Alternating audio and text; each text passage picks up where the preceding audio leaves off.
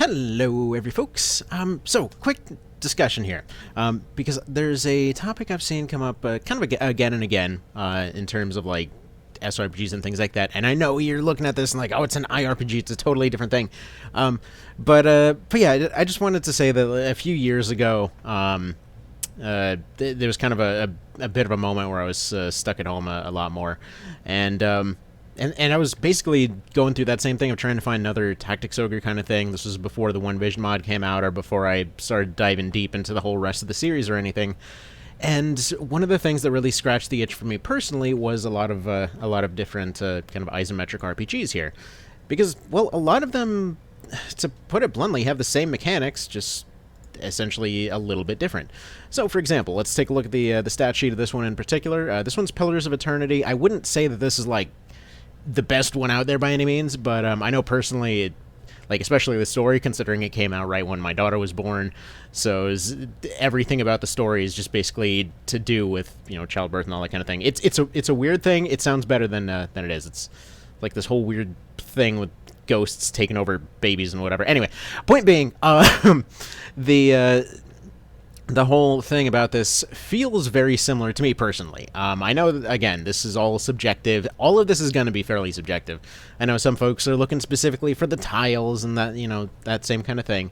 But in terms of, having good writing, in terms of having interesting mechanics, and, like, personally what does it for me, like, when I'm looking for these, it's not so much what's written in the story, it's the ability to interact with it. So, can I interact with a story, or is there actual strategy to the fights? And, well, can I just make all kinds of weird parties work, So that's essentially the whole deal behind this one, where, yeah, you can have a party of literally whatever you want. You can use the story characters if you want. Personally, I like running around with my generics and customizing them to look like ogre characters, whatever works. In terms of the stat sheet, again, if you're familiar with the Tactics Ogre remake, just tell me this doesn't look familiar with more numbers. Like, literally the difference between these is just, it's going to explain what they do a bit better. That's... You're still doing the same, almost exact same layout, because again, all these, came from tabletop games originally. Now, this particular one uses kind of like a pause and go type style, which you can actually slow down into a slow-mo, and then you're going all slow-like, and you can just pause it at any time and give people orders, and then you flank around stuff, and, all that kind of thing. So yeah, they're going to use different styles. Some of them actually do use a turn-based type system that's actually very reminiscent of these other games. And in fact, something like, let's say, like Wasteland 2 is a pretty good example that actually does break off into a turn-based system. I believe it was like Kingmaker or one of them, one of the more recent ones that actually also uses a turn-based system. A lot of them have started adding them, and, well, they've generally been pretty well received.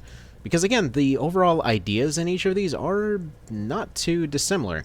The only difference is you get more kind of interactions based on your skills. Like, even if we go over to this thing, my dude here, if we take a look at the wall, we see that it's something you can climb, but we look at the wall and it's like, okay, it's pretty tall, this guy won't be able to do it, so I can see if anyone in the party can do it.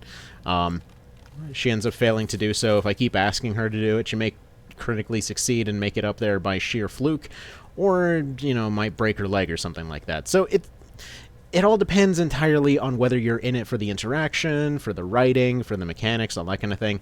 I mean, if you're in it for the chessboard, all well and good. I will say, in terms of like the chessboard plus the writing, you don't see that come up too often. But if we're talking about just writing plus deep mechanics plus you can mess with the story, you have your customizable party and all that kind of thing, there's really a lot of IRPGs that may scratch that itch for you.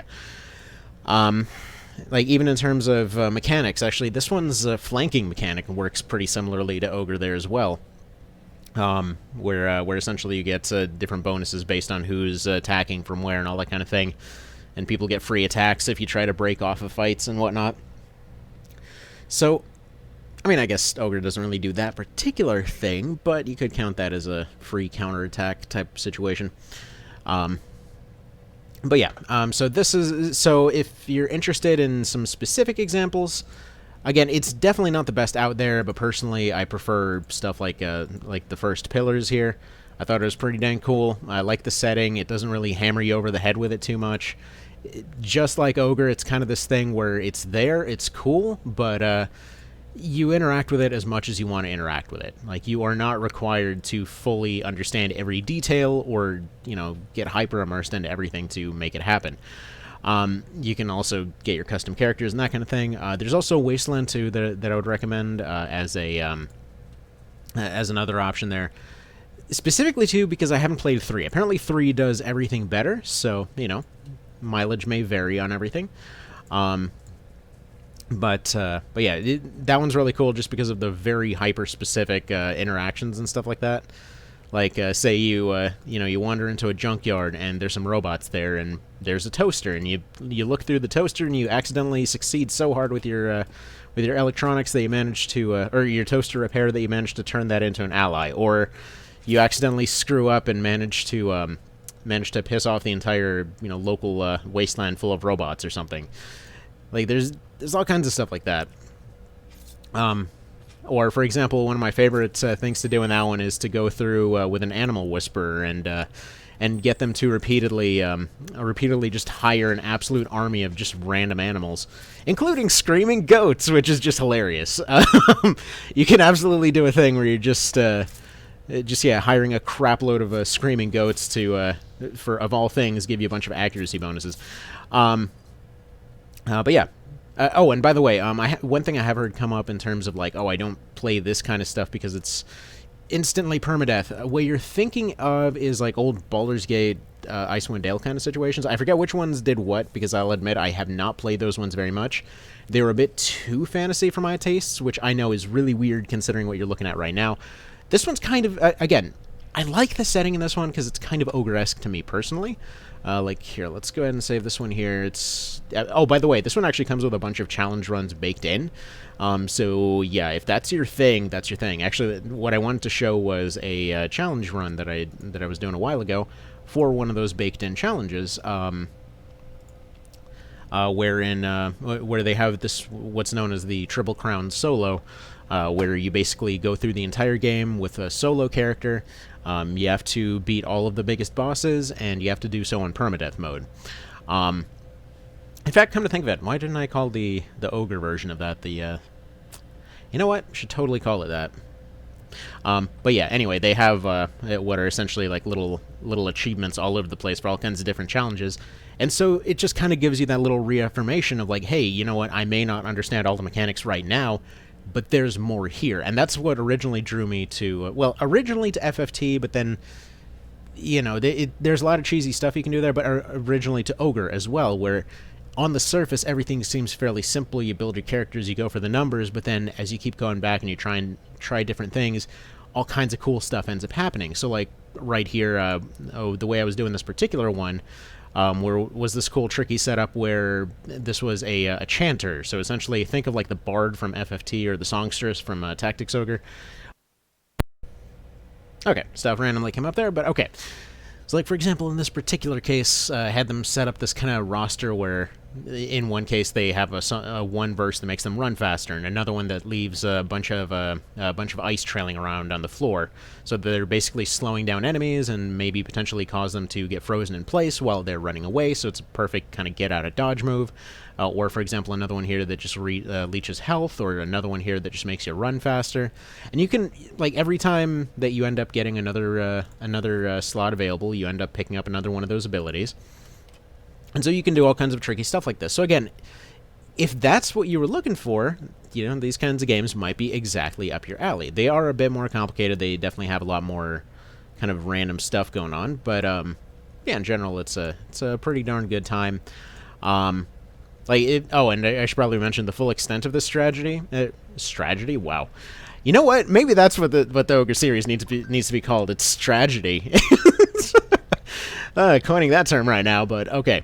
So, for example, their whole deal is, they sing stuff, they damage stuff with singing, all well and good, but their actual damage comes from the fact that after singing a certain number of verses, they get a few other abilities as well. So they can actually summon stuff. So, for example, there's a ghost that ends up having a pretty good chance to stun things.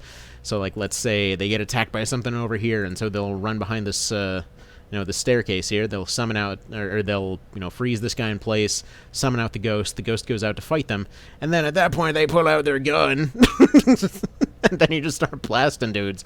And then have an entire armor loadout that's dedicated to deflection, so just deflecting incoming like missile damage and things like that. So yeah, like I said, it gets a bit more complicated. But there's a lot of cool stuff in this genre. The thing is, and I love how my phone always starts going off as soon as one of these gets going. The funny thing is that, yeah, this genre, because it tends to be kind of dry on paper, no pun intended, because they are based off on old tabletop games, they tend to have really interesting mechanics and settings in a lot of cases. Like, personally, again, the old Icewind Dales, Baldur's Gate, all that kind of thing, that's like the really D&D side. Personally, they never really stuck out to me, but everybody's got their own personal taste. Like, I really like the kind of, it's not quite low fantasy, but it feels low fantasy that you got going on in Pillars. Again, very ogre-esque, just because you still have your swords and shields, but you also got your guns. So, I mean, it's not like that's the only factor, but there's a lot of that in there, that kind of getting into the late 15th century kind of vibe. Then when, if you want super trippy, you got stuff like Planescape Torment, where you're literally like an amnesiac zombie that's trying to make amends for their past life. Or you got you got stuff like Tyranny, where there literally is no good option for anything. The world is screwed, everything's screwed, you're literally just there to try and attempt to unscrew it slightly. The setup for the game is literally everything has gone completely to crap. Everyone's gonna die. You can sort of save some a little bit, maybe. And then nobody actually wants you to help them. And so it's just like trying to do this whole thing, whether through force or diplomacy, of trying to get the world to unscrew itself slightly. So that's a really cool setup for that kind of thing. I mean, you got the other Pillars game that came out too, wherein apparently it's more like a piratey kind of vibe. You got Wasteland 3 that apparently completely doubled down on the cool stuff from 2. I haven't personally played that one because one thing about IRPGs is, you may notice, not many of them come up for very cheap, because them suckers are complicated and expensive to make. So if you're looking for deep mechanics, good writing, and interactability out the ears, a lot of these do come with that same like tile-based, turn-based kind of situation. Just know that, they're going to be a bit more complicated. I totally forgot that this random cat was following me around. But yeah, this might just be what you're looking for. They might scratch that itch. Again, I know a lot of folks were looking at this triangle game that was coming up. I personally want it to be good, but I kind of feel like it took what an IRPG did and just kind of did it worse, and it took what Ogre did and did that worse. That's the main reason I'm so down on it. I couldn't really figure it out the other day, but it's really like, it's a mix of all these genres, and then it's just kind of like, on each one, so to speak. Not to be down on it. I really hope it does well, but anywho. So, maybe this might scratch the itch for you. Give these a look. There might be a lot more here. If you have some very specific setting you're looking for, leave it in the comments. Maybe I might have something that'll come to mind, because there's, again, quite a few of these out there, quite a few different settings. They're not all as like hardcore D&D as you might expect. And yeah, so have yourselves a good one. Take care, and I'll see you then.